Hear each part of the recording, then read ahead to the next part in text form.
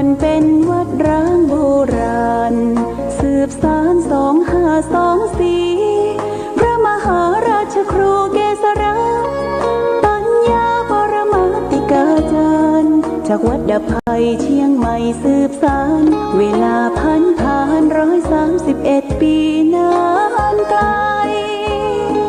วัดพระบาทอุดมรุ่งเรืองงามตา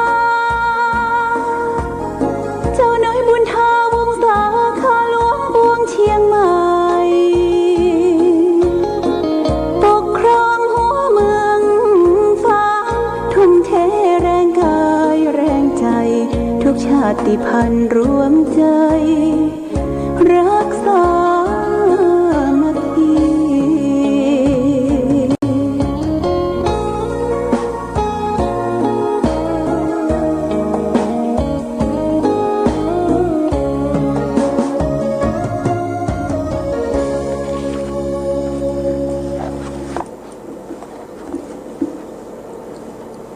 เจริญสุข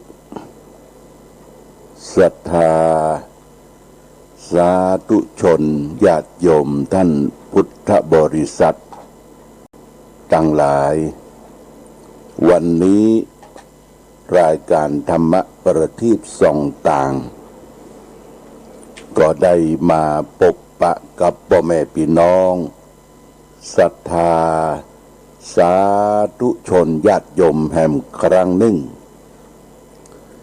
วันนี้เป็นวันเสาร์ที่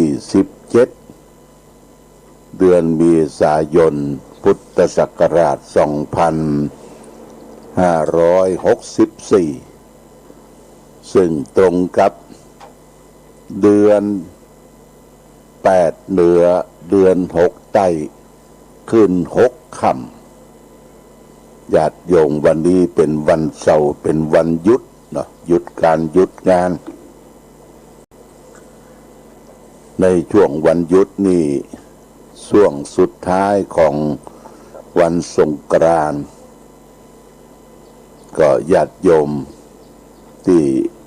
ได้มาพบปะสังสรรค์สะเก้าดำหัวผู้เฒ่าผู้แก่พ่อแม่ศรัทธาในท้องถิ่นบ้านเฮาก็จะปิกไปทำการทำงานกันก็เป็นนั้นว่างานสงกรานต์ปีนี้ก็ผ่านไปด้วยก็เป็นการดีเป็นกระท่อนกระแท่นพ่องญาติโยมที่เป็นกระท่อนกระแท่นเฮาบ่ได้ทำอย่างให้มันอุทะดังใจที่ใจคิดไว้มันก็เป็นเรื่องของธรรมดาที่ว่าเรื่องธรรมดานี่บางอย่างนี่เฮาคิดไว้มันบ่สมดังความคิดว่าจะทำนั่นทำนี่เช่นว่าจะมีการเฉลิมฉลองจัดการจัดงานมันไม่ได้เป็นไปตามที่เราต้องการและปรารถนาเพราะอย่างก็เพราะว่าโรคภัยไข้เจ็บที่ระบาดในรอบที่3เนี่ยญาติโยมมันรุนแรงพื้นที่สีแดงของเชียงใหม่ญาติโยมดองเอาโทรศัพท์แล้วก็มาดูไลน์อ่านเฟซอ่านโทรศัพท์ดูว่าบางอำเภอเนี่ยเปิ้นบ่ฮื้อเข้าไปแล้วก็เคลื่อนย้ายเอี่ยวหากัน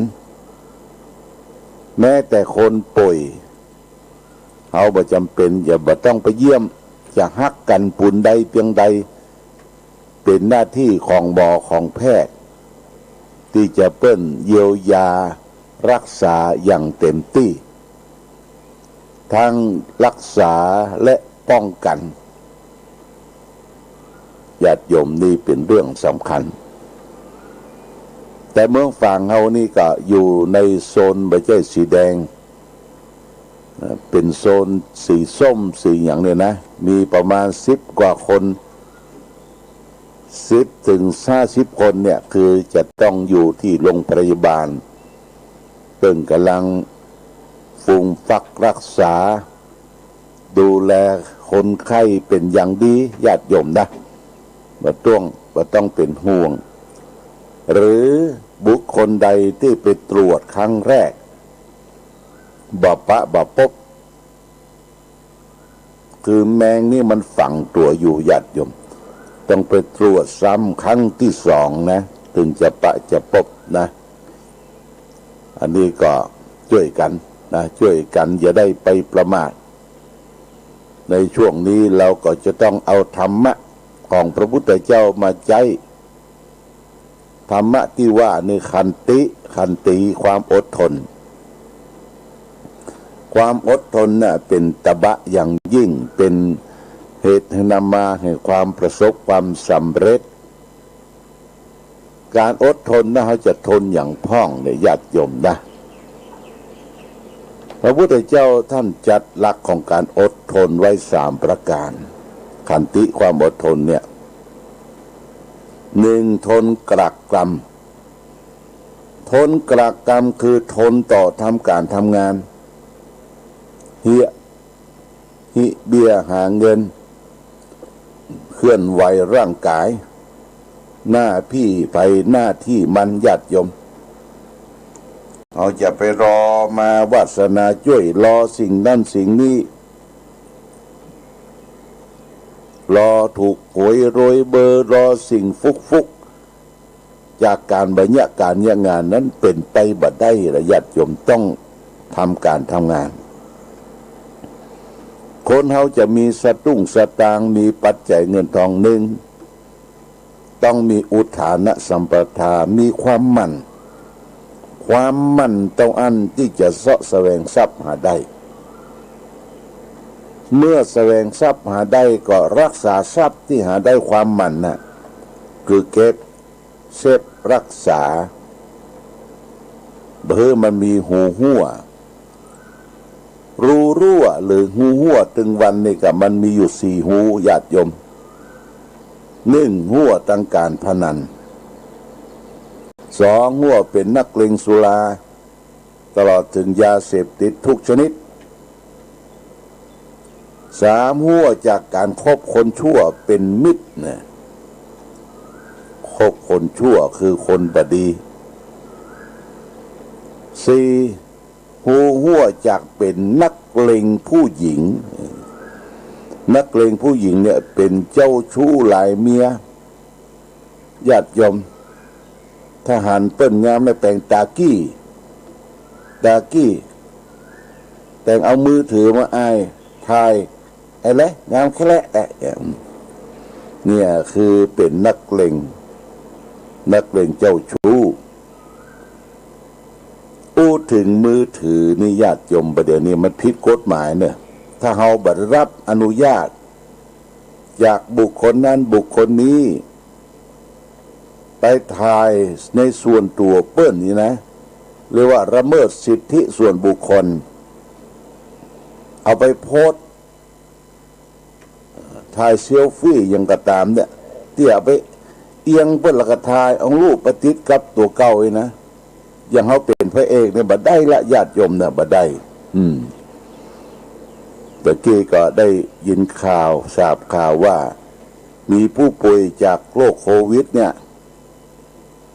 เปิ่นไปพักนอนเตียงเพื่อความสะดวกสบายเพื่อกับแม่ยิงเพื่อกับนุ่งเตียวขาสั้นหน่อยเนาะแล้วก็ไปถ่ายเอารูปเปิ่นถ่ายเอารูปเอาไปโพสต์เนี่ยเปิ้นแจ้ง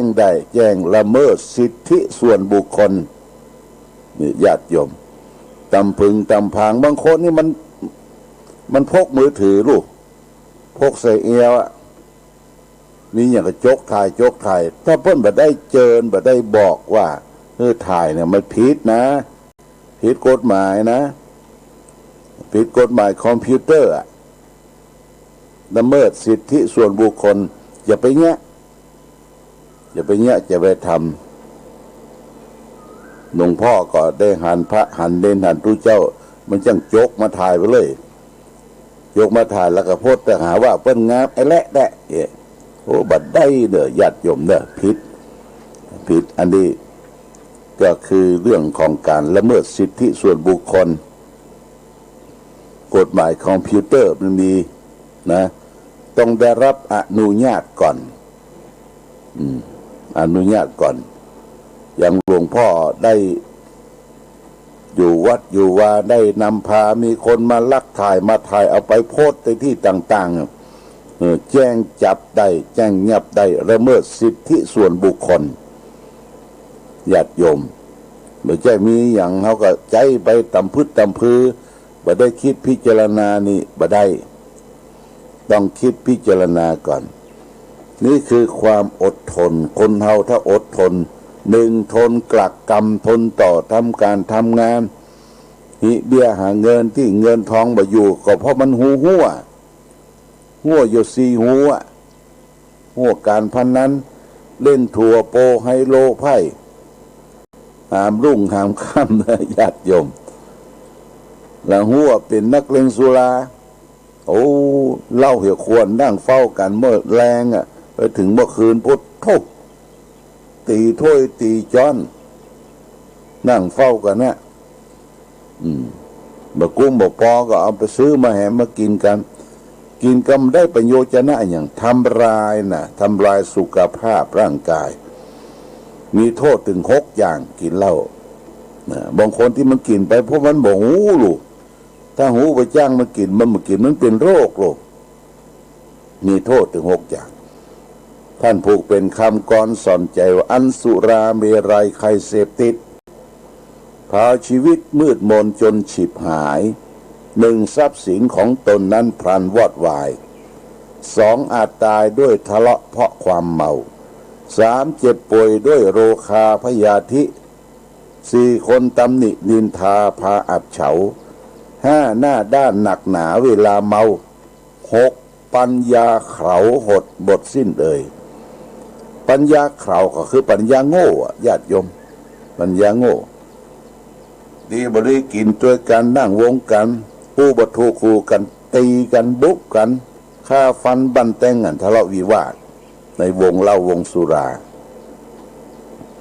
แน่นอนที่สุดนั่นก็คือนำมาโรคภัยไข้เจ็บโรคตับแข็งโรคกระเพาะว่างบางคนนี่ตัวเหลืองญาติโยมกระเพาะว่างเป็นโรคที่ยาบ่หายนะยาบ่หายก็คือโรคกระเพาะนั่นน่ะตัวเหลืองตับก็บ่ดีกระเพาะก็บ่ดีกินอย่างก็กินข้าวกินก็เอายาเข้าพุกเข้าใส่ตำเลิงตะกอนนี่โอ้อกแดงร่างกายกำยำล่ำสันกินเหล้าปากแบนพะแล่เฟะประเดี๋ยวนี้บ่ไหวละญาติโยมร่างกายมันทดถอยหายไปก็ลักบอยเป็นเตื้อเนี่ยหันเขานะลักบอยเป็นเตื้อวันไหนคึมมันมีไผลักบอยเป็นเตี้ยจิ้มเป็นเตี้ยโอ้เรียกว่าเร่งรีบตัวเองให้ตายไวๆเนี่ยญาติโยมนะอันนี้ก็โรคภัยไข้เจ็บเรื่องของสุรายาเมาเรื่องความหายนะความเสียหายที่เขาเก็บเงินเก็บทองไปอยู่เป็นนักเลงผู้หญิงแหมนักเลงผู้หญิงบางคนไปเอี่ยวเตลิดเปิดเปิงไปได้มีเงินเดือนออกกล้าขายมาแทนที่เอามาเก็บเซ็ตไว้ใจในครอบครัวญาติโยมเลี้ยงตนเลี้ยงตัวเลี้ยงครอบครัวให้อยู่เป็นสุขเอาไปเลี้ยงเปิ้นอย่างเข้าบาเนี่ยนะอย่างที่เปิ้นติดไฟวับเวทบ่ค่ำบ่คืนติดไฟฟ้าเหมือนกับอย่างตั้งแมงดาไว้เนี่ยญาติโยมเอาไฟเขาล่อร้านค้าต่างๆวับเว็บอาเซียไม่ใช่อาเซียแท้นะต้องวังกับเจ็ดเหือตึงวันนะแต่ทำเป็นอาเซียฟุ่มเฟยใจเงินจะต้องเข้าไปนี่แต่เงี้ยอย่างใบจ้างเด้อจะกินอาหารกับใบจ้างให้เขาป้อนจะกินน้ำก็ให้เปิ้นยกป้อนเปิ้นนั่งซิดนั่งกายนั่งใกล้ก็อวดชอบโก้เกไก่แต่เปิ้นบวกหมดญาติโยมบวกค่าที่นั่งค่าเหล้าค่ายาค่าไฟฟ้า ค่าตัวที่มันมาเบียดนั่งใกล้ชิดเป็นกรรมเพิ่นบวกหมดออกจากที่กินอย่างมาแล้วก็เบาตัวยงเพราะอย่างขอสตางค์นั่นแหละสตางค์มันมีหมดเนื้อหมดตัวแทนที่จะเก็บเซฟไว้เพื่อเจ็บไข้ได้ป่วยเพื่อลูกเพื่อยังจะได้ไปห้ามพยันพอแก่ตัวมาแล้วมีอย่างเก็บล่ะมีอย่างเก็บล่ะหน้าแห้งตักอยากยัดยมอันนี้สำคัญนะเนี่ยเป็นนักเลงผู้หญิงเป็นนักเลงผู้ยาเป็นนักเลงเหล้ายาแล้วก็คบคนชั่วเป็นมิตรแถมคนชั่วก็คือคนที่บดีมันปาเขาไปในทางที่ชิบหายแปลว่าเขาจะคบคนชั่วเนี่ยมันไปง่ายไปเอี่ยวหมอกคืนไปเที่ยวดูการละเล่นไปกินเหล้าเมายาสัมมาเลเทเมานี่คนชั่วมันจะออกกลางคืนเวลาตะวันตกดินแล้วจะแต่งหน้าตาตั้งเนี่ยจะออกล่าเป็นที่น่าสมเพชเวทนาบางคนเหมือนการงานอย่างญาติโยมเป็นนักขโมยยิบโฉยของบุคคลอื่นเอาหันในคลิปหันในไลน์คนเท่าเปิ้นสปายกับเป่านะสบายไปตึ๊ดไปยื้อของเปิ้นวะคนเท่าล้มลงก้นลงมันบักคำหนึ่งนะบักคำหนึ่งถึงความแล้วเปิ้นได้รับความทุกข์ทรมานอันนั้นจิตใจอาฆาตมาดลายถ้าเป็นต่างประเทศนะประเทศกฎหมายเปิ้นรุนแรงนะเปิ้นตัดมือลุงตัดมือคนที่ขโมยนะตัดมือเนี่ยมือตัดแข้งนี่มันกูดกระดะนะมืออยู่มันถึงจะเรียวรู้สึกตัวญาติโยมเขาสอนธรรมะสอนนี้บอกให้ฟังพ่อแม่สอนบอกให้ฟังไอ้ยังหมดแต่อดบ่ได้นี่นะญาติโยมนะอันนี้ฝากไว้ว่าอดทนต่อสิ่งที่เขากลากทำงานเนี่ยเป็นขันติเขาจะต้องต่อสู้อดทนนะญาติโยมนะทนที่สองฝากไว้ทนลำบากก็คือทนต่อความเจ็บไข้ได้ป่วยต่อความเหน็บความหนาวพ่อแม่พี่น้องญาติโยมบางคนลูกเจ้าไปกาดไปลีเอาของไปขายก่อนจะรับจะนั้นก็แต่งดาของขึ้นของขายพักไม้ใส่เครือเก็บหอมรอมริบบ่าอีน้อยเอี่ยวยังกาปีกมาเนี่ยนอนขนบึกบ่น้ำพาบ่ช่วยเหลือพ่อแม่ดูแลครอบครัวแต่ประการใดลำบากสังคมญาติโยมพ่อแม่ก็มาทนทุกข์ทรมานได้เงินได้ทองก็มีนายนางแบมือมาขอนั่นขอนี่ขอจากพ่อจากแม่ตัวเองล่ำสันบึกบืนหาสตางค์แบบจ้างหาสตางค์แล้วเก็บบ่ได้เก็บมันมีหัวนะญาติโยมนี่เราว่าค่ำพ่อค่ำแม่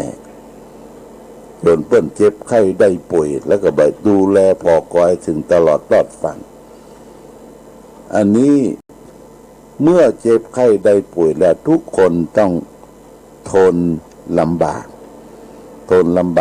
นต่อความหิวความกระหายกระวนกระวายทางอย่างพระพุทธเจ้าสอนให้มีความอดทนส่วนนี้โดยอดทนตัวที่สามสำคัญที่สุดมนุษย์คนเฮาคือทนเจ็บใจเนี่ยอยากนักคนเฮาจะอดทนได้ต่างคนก็ต่างมีกิเลสนะคำว่ากิเลสเนี่ยคือความเร่าร้อนกระวนกระวายเป็นตัวบาปญาติโยมอยู่กับไผ่นักคนนั้นก็ตุกนักกิเลสนี่นะกิเลสมันมี3ตระกูลมี3ตัวตระกูลใหญ่1ตระกูลความโลภความโลภ2ตระกูลความโกรธความโมโหโทโส3ตระกูลโมหะคือความหลงนะโลภโกรธหลงเนี่ยญาติโยมคนคิดโลภนี่หันง่ายเปิ้นแจกของแกเปิ้น ช่วยพอกันดูแลไปเอาอย่างนี้ไม่จะเอานักเหลือเปิ้นนี่ญาติโยมจะเอานักเหลือเปิ้นเวลาไปลงทานก็ดีไปตักอาหารก็ดีแบบบุฟเฟ่ในญาติโยมบุฟเฟ่อย่างที่เราไปโรงแรมไปพักโรงแรมอย่างใหญ่ต่างประเทศเนี่ยเปิ้นจะแจกคูปองนอนห้องนั้นเอาตอนเจ้าเวลา7 โมงเกินเอาคูปองไปผ่านประตูยามที่เปิ้นเฝ้าดูภัยมีคูปองก็ไปรับอาหารเป็นบุฟเฟ่บางคนไปบุฟเฟ่ของเปิ้นในญาติโยมถึงแม้ว่าจะฟรีนะเปิ้นให้ไปพิจารณานะเอามากินเฟ้อเหลือโต๊ะเหลือจานถามว่ายังเหลือโต๊ะเลยก็เพิ่นเลี้ยงฟรีโหต้องใจปัญญาพิจารณานี่ญาติโยมพี่น้องญาติโยมชาวฝรั่งเนี่ยนับถือเปิ้นกินอาหารเนี่ยประณีตอย่างขนมปังอย่างแยมอย่างกินเนี่ยเอาขนมปังเจ็ดจนก้นถ้วยขาวกะแงะนะอันนี้เปิ้นกินอย่างประหยัดอดออมพระพุทธเจ้าขอสอนเรื่องกินเหมือนกันพระพุทธเจ้าสอนเลยว่าโภชะเดมัตตัญญูตารู้จักประมาณในการกินการบริโภคไม่กินน้อยเกินไปไม่กินมากจนอืดตื้อแล้วก็เหลือเฟือการที่เอาไปรับอาหารบุฟเฟ่และญาติโยมใจมันสั่งตามันดูใจสั่งว่าเอาตาหันแล้วข้าได้กินแล้วเอาไปกินบะเสี่ยงญาติโยมนะเขาก็กินพอประมาณน่ะร่างกายเขารับเต้าอันน่ะบางคนนี่กายกินเข้าไปต้องอืดต้องเฟ้อต้องไปเปิดกระเป๋าไปเสาะยาอีโนกายามากินละเอาจนมันมันเนี่ยญาติโยมลำบากมนุษย์บรรดาเนี่ยลำบากเรื่องการกินพุทธเจ้าสอนว่าให้พอดีพอกินพออยู่อย่าไปให้ลำบากแต่ร่างกายจิตใจเพิ่นจึงบอกเป็นคำกลอนสอนใจไว้อาตมาเคยไปจังหวัดสุราษฎร์ธานีเกาะสมุยขึ้นเกาะสมุยไปวัดหนึ่งเพิ่นเขียนว่ามาให้ดีมีธรรมประจำจิตดีจะติดต่อตั้งเมื่อยังอยู่ไปให้ดีมีธรรมก็ค้ำชูดีจะอยู่แบ่งภาคเมื่อจากกันอยู่ที่ไหนอยู่ได้ให้เขารักดีประจักษ์ดีช่วยอำนวยผลกินอะไรให้รู้กินสิ้นกังวลดีเป็นผลโดนสนองต้องใจเอ่ยเรียกว่ามาดีอยู่ดีกินแต่พอดีใจแต่พอดีรู้จักลักษณะการกินแต่พอดีมันสิ้นกังวลนะญาติโยมเรื่องการกินนะกินแต่พอประมาณโภชเนมัตตัญญูตารู้จักประมาณในการกินการใช้บริโภคเพื่อบ่ให้เกิดความลำบากและนอกจากนั้นทุกที่ว่าเกิดความเจ็บใจเนี่ยญาติโยมนะถ้าไผ่ทนได้คนนั้นเป็นยอดคนอย่าไปแสดงอาการออกความพอใจบ่พอใจกับคนอื่นเช่นว่ามีอย่างกระทบกระทั่งทางหูทางปากที่เปิ้นเล่าขานมาเนี่ยเป็นสวุดสวือเด้อเป็นสวุดสวือเป็นความบ่พอใจเตียวปึกปักนะแล้วก็เนี่ยอย่างแสดงอาการออกแบบนักมวยญาติโยมนะนักมวยที่เปิ้นตีกันในโทรทัศน์ที่เปิ้นถ่ายมาถ้าโดนมัดกำเมาไปหน่อยไอ้คนที่จะเอาชนะมันซ้ำละมันหูอาการแสดงออกอาการความท้อแท้บางคนนี่ได้รับโลกธรรมครอบงำมีลาภมียศธงชาติและเพลงชาติไทยเป็นสัญลักษณ์ของความเป็นไทยเราจงร่วมใจยืนตรงเคารพธงชาติด้วยความภาคภูมิใจในเอกราชและความเสียสละของบรรพบุรุษไทยประเทศไทยรวมและเชื้อชาติไทยเป็นประชา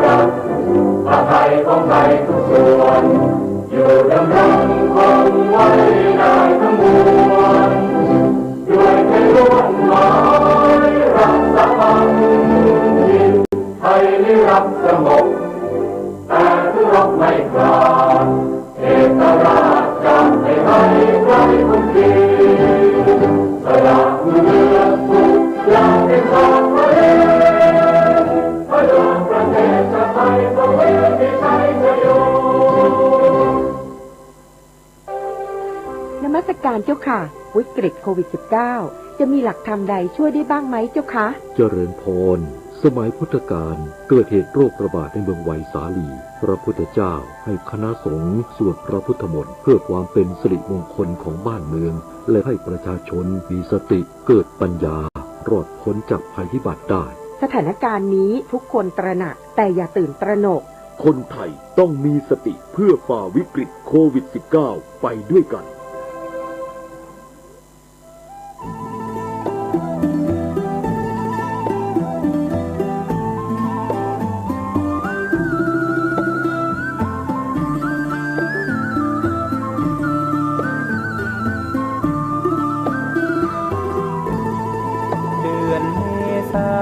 วันส่งแสงจ้าหมู่เฮามาเล่นน้ำสงกรานต์ป่าเวณีเฮานี้มีมาเนิ่นนานม่วมสนุกสุขสรานเอวสงกรานต์เมืองเหนือลานน้ำเจิญเนื้อเจิญมาหมดงานเฮฮาป่าเวณีปีใหม่เมือง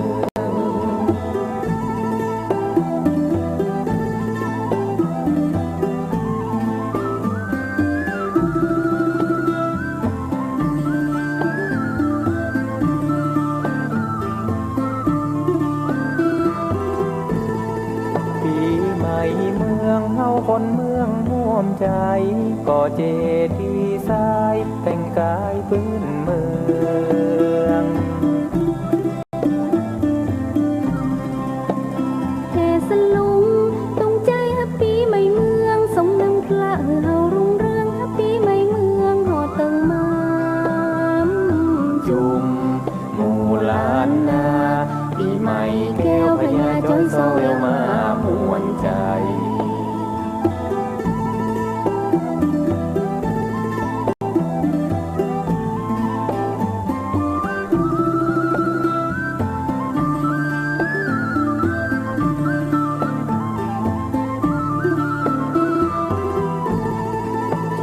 ตุงใจปิ้วสวายโบกมาปีเก่าลาฟ้าปีใหม่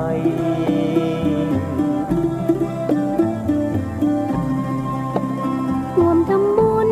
คืนนุนโชคใจดำหัวพ่อแม่สุขใจฮับปอนปีใหม่ปันมาปอนเปเปวาเปิ้นปันปอนมาปกปักรักษาหมู่เฮา